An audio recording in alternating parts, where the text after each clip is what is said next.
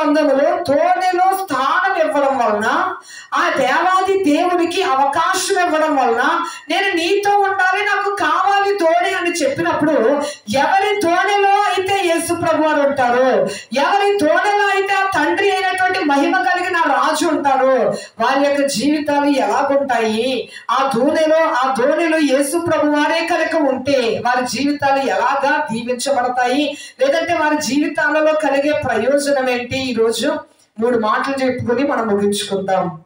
మొట్టమొదటిగా, మన జీవితము అనే దోణిలో యేసు ఉంటే ఏం జరుగుతుంది?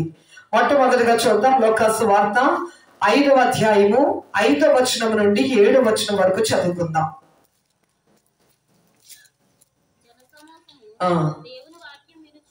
జనసమూహము దేవుని యొక్క వాక్యం వినుచు ఆయన మీద పడుచుండగా, గెన్నెసరతు సరస్సు తీరమున చదువు 2 దోణులను చూచెను. జాలర్లు వాటిలో నుండి దిగి తమ వలలు కడుగుచుండ్రి. చూడండి, 7వ వచనం చదవమ్మా. వారు వేరొక దోణిలో ఉన్న తమ పాలివారు వచ్చి తమకు సహాయం చేయగలగా, వారు వచ్చి దోణిలు మునుగునట్లుగా నింపిరి. సీమోను పేతురు అది చూచి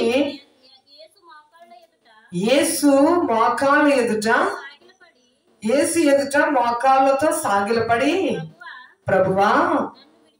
చాలమ్మా. ఇక్కడ ఈ సందర్భం అంతా కూడా ఏంటి అనగా, సీమోను దోణి ఇచ్చాడు యేసు ప్రభు వారికి. అప్పటికి అతని యొక్క జీవితం ఎలాగుందనగా, కష్టపడ్డాడమ్మా, చాలా కష్టపడ్డాడు. ఎలాగైనా సరే చేపలు పట్టాలన్నాడు, వలలు విసిరాడు, ప్రయాసపడ్డాడు. ఎంతగానంటే కొంతసేపు కాదు, రాత్రంతా శ్రమ పడ్డాడంట. రాత్రంతా శ్రమ పడ్డాడు, కానీ ఒక్క చేప కూడా పడలేదు. కానీ అలాంటి పరిస్థితులలో శ్రమ అంతా కూడా వ్యర్థమైపోయింది, కష్టమంతా కూడా వ్యర్థమైపోయి, నిరాశ, వేదన, నిస్పృహలో తన యొక్క శక్తి అంతా కోల్పోయినటువంటి ఆ పరిస్థితులలో యేసు ప్రభు అంటున్నారు, దోణి కావాలి అనగా, అలాంటి నిరాశలోనే, నిస్పృహలోనే, అయ్యా రండి అయ్యా ఈ దోణి వాడుకొని ప్రభు అని ఇచ్చాడు. ఆ దోణి యేసు ప్రభు వారికి సీమోను ఇవ్వగా జరిగినటువంటి విషయం ఏంటంటే, ఆ దోణిలో ఉన్నటువంటి ఆ యొక్క యేసు ప్రభు వారు సీమోనుతో అంటున్నారు, సీమోను లోతునకు వల వేయమంటున్నాడు. లోతునకు వల వేయమంటుంటే సీమోను అంటున్నాడు, అయ్యా రాత్రంతా శ్రమ పడ్డామయ్యా, లోతునకు వేసామయ్యా, మేము ఎన్నో సంవత్సరాల నుంచి ఈ యొక్క పని చేస్తున్నామయ్యా, మొత్తం అంతా కూడా మేము చూసాం, ఒక్క చేప కూడా దొరకలేదయ్యా, నాకు తెలుసయ్యా. కానీ మీరు చెప్తున్నారు కనుక అన్ని తెలిసినా కూడా, ఒక జాలరిగా ఉన్నటువంటి మాకు ఎక్కడ చేపలు ఉంటాయో తెలుసు, కానీ ఈ స్థలంలో లేవు. కానీ నీ మాట తీసివేయకుండా నీ మాట మీద ఉన్నటువంటి విధేయతతో వేస్తామయ్యా అని చెప్పి ఆ యొక్క సీమోను చూడండి, ఆ యొక్క వల తీసి లోతుకు వేశాడంట. వేసిన వెంటనే జరిగిన విషయం ఏంటంటే, ఒక్క చేప కూడా లేనటువంటి ఆ సమయంలో ఉండదు కదా, యేసు ప్రభువు చెప్పారు కదా వేద్దాంలే అని వెయ్యగానే చూడండి, ఆ యొక్క వల పిగిలిపోయేంత చేపలంట. చూడండి, ఆ యొక్క వల పిగిలిపోయేంత చేపలు. అర్థం కాలేదు, ఇన్ని సంవత్సరాల నుంచి చూస్తున్నాము కదా, ఎలా జరగదు కదా. రాత్రంతా ప్రయాస పడగా ఒక్క చేపైనను పడలేనటువంటి ఈ స్థలంలో యేసు ప్రభువు మాట సెలవీయగా ఎంత ధారాళమైన విస్తారమైనటువంటి సమృద్ధిదాయకమైనటువంటి యొక్క చేపలు ఎలా పడుతున్నాయి, లాగుతున్నారంట. ఎవరి వల్ల కావట్లేదు, పక్కన ఉన్న వాళ్ళని పిలుస్తున్నారంట, పక్కన ఉన్నటువంటి దోణి వాళ్ళని పిలిచి సంజ్ఞలు చేస్తున్నారంట. చూస్తుంటే పిగిలిపోయేంత విస్తారమైనటువంటి చేపలు. అక్కడ జరిగింది ఏంటి? కొరత, అక్కడ లోటు, అక్కడ వేదన. అంటే వారి శక్తితో ప్రయాసపడ్డారు, ప్రయాసకి ఏమి కూడా తక్కువ చేయలేదు, వాళ్ళు తిని పడుకోలేదు, ప్రయాసపడ్డారు, కష్టపడ్డారు, కానీ ఫలితం లేకుండా పోయింది. కానీ ఎప్పుడైతే తన దోణిలో యేసు ప్రభువారిని ఉంచుకున్నాడో, ఎవరి జీవితంలో అయితే యేసు ప్రభువారు ఉంటారో వారి శక్తికి మించినటువంటి కార్యాలు చూస్తారు. హల్లెలూయా. వారి శక్తి వలన కాలేనటువంటి కార్యాలు చూస్తారు. యేసయ్యను ధోనిలో లేదంటే యేసయ్యను మన జీవితంలో ఉంచుకోవడం వలన కలిగే మొట్టమొదటి ప్రయోజనం ఏంటి అనగా మన శక్తికి మించిన వాటిని మనం అనుభవిస్తాం. హల్లెలూయా. మన శక్తితో ఎంత చేసినా కూడా పొందుకోలేనిది, మన శక్తికి మించినటువంటి బలమైన కార్యాలు, మన శక్తికి మించినటువంటి అద్భుతమైనటువంటి కార్యాలను మన దేవాది దేవునికే కనుక మన జీవితాలలో చోటిస్తే దేవాది దేవుడు మనలో నుండి అద్భుతాలు జరిగిస్తారు. హల్లెలూయా. చూడండి, పరిశుద్ధ గ్రంథంలో బాలుడైనటువంటి దావీదులో ఎవరున్నారమ్మా? దేవుని యొక్క ఆత్మ.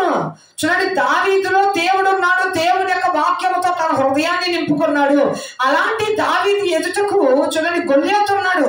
గొల్యాతు శత్రువుగా నిలబడినప్పుడు జనాలు అందరూ చూస్తున్నారు, నీ వల్ల కాదు, ఏ మాత్రము కూడా నీవు గొల్యాతు మీదకి వెళ్ళలేవు. కొంతమంది అన్నారు, నీకు పొగరెక్కువ, మేమేమైనా శక్తి లేకుండా మేము ఇక్కడ ఉన్నామనుకుంటున్నావా? మనకు ఓవర్ కాన్ఫిడెన్స్ ఉండకూడదు. మన బ్రతుకులు ఎక్కడ వాడెలాగున్నాడు వాడి మీదకి వెళ్ళామంటే కనుక మనం ఓడిపోతాము. అందుకే మేము మౌనముగా అలాగుంటే ధైర్యంగా పోతామంటాం. ఏంటంటే ఇతని హృదయంలో మాత్రం ధైర్యం ఏంటి అనగా, నా బలముతో వెళ్తే నేను ఓడిపోతాను, కానీ నా హృదయంలో నా దేవుణ్ణి నిలుపుకున్నాను కనుక, నా జీవితంలో నా దేవాది దేవుణ్ణి పెట్టుకున్నాను కనుక, నా శక్తి వలన కాదు కానీ ఆ దేవుని యొక్క శక్తి నాలో ఉంటది కనుక, నా వలన దేవాది దేవుడు అద్భుతంగా ఈ బలవంతుడైనటువంటి గొల్యాతును జయించడానికి దేవుడు నాకు శక్తినిస్తాడని తన శక్తిని ఆధారం చేసుకోలేదు, తన బలమును ఆధారం చేసుకోలేదు. ఇశ్రాయేలీల దేవుడైనటువంటి సర్వశక్తిమంతుడైన యెహోవా నామములో నీ మీదకి వస్తున్నానని గొల్యాతు మీదకి వెళ్ళగా, చూడండి, గొల్యాతు ఓడిపోయాడు, దావీదు ఓడిపోయాడా? గొల్యాతే ఓడిపోయాడు. గొల్యాతును ఆ బాలుడైనటువంటి దావీదు ఏం చేశాడు? అతని కత్తితోనే తలను నరికి, చూడండి, ఆ యొక్క తలను ఒక బాల్ని తీసుకొచ్చినట్టుగా వస్తుంటే జనాలు ఆశ్చర్యపోతున్నారు. పెద్దవారమైన మేమే చేయలేదు కదా, అల్పుడు అనుకున్నాము, అయోగ్యుడు అనుకున్నాము, ఇతని వల్ల ఎలా జరిగిందంటే ఎవరి జీవితంలో అయితే దేవుడికి స్థానం ఇస్తారో వారు ఏమైనా చెయ్యగలరు. హల్లెలూయా. ఎందుకనగా మన శక్తి వలన కాదు, మన బలం వలన కాదు, కానీ సమస్తము కూడా మనకి బలాన్ని అనుగ్రహించే దేవాది దేవుని యొక్క శక్తి వలన జరుగుతుంది. హల్లెలూయా. సంసోను రెండవ ఉదాహరణగా మనం చూసినట్లయితే సంసోను కనబడతాడు. ఆ సంసోను మామూలు వ్యక్తే, కానీ సంసోనులో దేవుని బలం ఉంది.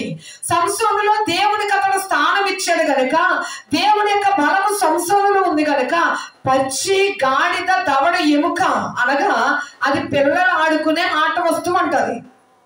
పిల్లలు ఆడుకునే ఆట వస్తువు లాంటి ఒక అయోగ్యమైనటువంటి పచ్చి గాడిద దవడ ఎముకను తీసుకుని 1000 మంది ఫిలిస్తీన్లను చంపాడంట మా సంసోను. ఒక్క ఫిలిస్తీయుడైనటువంటి దావీదు, చూడండి, ఆ యొక్క గొల్యాతును చంపడానికి అందరూ కూడా వణికిపోయారు కదా. అలాంటి గొల్యాతులు 1000 మంది గొల్యాతులు. ఒకే ఒక వ్యక్తి సంసోను 1000 మంది ఫిలిస్తీన్లను చంపాడు. దేనితో అనగా పచ్చి గాడిద దవడ ఎముక అనగా పిల్లలు ఆడుకునే ఒక ఆట వస్తువుతో 1000 మందిని చంపాడు. ఎందుకనగా అతని శక్తి వలన కాదు, అతని బలము వలన కాదు, అతనిలో ఉన్నటువంటి దేవుని యొక్క శక్తి వలన. హల్లెలూయా. ఆ శక్తి ఎప్పుడైతే అతను విడిచిపెట్టేసిందో నిజంగా మామూలు వ్యక్తిలాగా అయిపోయాడు. దేవుడు లేనటువంటి సంసోను ఏమైపోయాడు? ఫిలిస్తీన్ల చేతుల్లో బందీ అయిపోయాడు. కళ్ళు పెరికివేయబడ్డాయి, గానుగులు విసిరేవాడిగా అయిపోయాడు. కానీ అదే సంసోనులో దేవుడి ఆత్మ ఉన్నప్పుడు ఏం జరిగింది అనగా, పచ్చి గాడిద దవడ ఎముక ఒక ఆట వస్తువుతో చూడండి 1000 మంది ఫిలిస్తీన్లను చంపినటువంటి వ్యక్తి. ఎందుకు అది జరిగింది అనగా, ఎవరి జీవితంలో అయితే దేవుడికి స్థానం ఇస్తారో, ఎవరి జీవితంలో అయితే ఆ యొక్క తోడెలో ఆ యొక్క సీమోను యేసు ప్రభువుని ఆహ్వానించినట్లుగా, దేవా నా జీవితంలో నీవు ఉండాలయ్యా, నా జీవితం నీదే ప్రభా, నీకే సొంత ప్రభా, నీ కొరకే నేను జీవిస్తాను, నా హృదయంలో నీ వాక్యములను భద్రం చేసుకుంటానయ్యా, నీ వాక్యము తప్ప నీకు వాక్యములకు వ్యతిరేకమైన ఏది కూడా నా జీవితంలో లేకుండా నన్ను నేను కాపాడుకుంటాను ప్రభు, మీరు నాలోనికి రండి ప్రభు అని ఎవరైతే యేసు ప్రభువుని తనలో నిలుపుకుంటారో జరిగే విషయం ఏంటంటే, మొట్టమొదటిగా శక్తికి మించిన కార్యాలు జరుగుతాయి. హల్లెలూయా. మనకి శక్తి ఏముండదమ్మా, మనకి శక్తి ఉండదు. మనం బలహీనులము, మనం ఏ మాత్రము కూడా చెయ్యలేనటువంటి అయోగ్యులము, అసమర్థులము. కానీ దేవాది దేవుడు లోకంలో ఉన్నటువంటి ఘనమైన వారిని సిగ్గుపరచు రీతిగా అయోగ్యులను దేవుడు ఎన్నుకుంటాడు. హల్లెలూయా. ఏ అయోగ్యులమైనటువంటి మనము యేసు ప్రభువాన్ని మన హృదయంలోనికి ఆహ్వానించుకుంటామో వారి జీవితాలలో చెయ్యలేనటువంటి కార్యాలు జరుగుతాయి. హల్లెలూయా. మన శక్తికి మించినటువంటి కార్యాలు జరిగితే మనకే అర్థం కాదు ఎలా జరిగిందంటే మాయ. చూడండి, పిల్లల్ని ఎలా పెంచుతున్నామంటే ఒక మాయలాగా ఉంటది. కుటుంబాన్ని ఎలా పోషిస్తున్నామంటే ఒక మాయ. ఎవరైనా అడిగి ఎంత వస్తుందమ్మా, ఏం జరుగుతుందమ్మంటే చెప్పడానికి ఏమి ఉండదు, ఖర్చు మాత్రం ఎంత ఎలాగంటే అదంతా కూడా దేవుడి యొక్క శక్తి. హల్లెలూయా.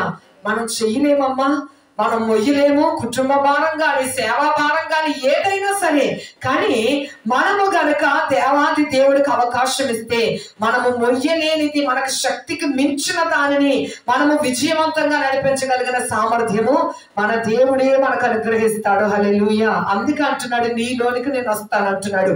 ఎవరైతే తలుపులు తీస్తామో వారిలోనికి యేసు ప్రభువారే కనుక వస్తే వారి జీవితాలలో వారు చెయ్యలేని కార్యాలు, వారి శక్తికి మించిన కార్యాలను దేవాది దేవుడు వారి ద్వారా చేయిస్తాడు. హల్లెలూయా.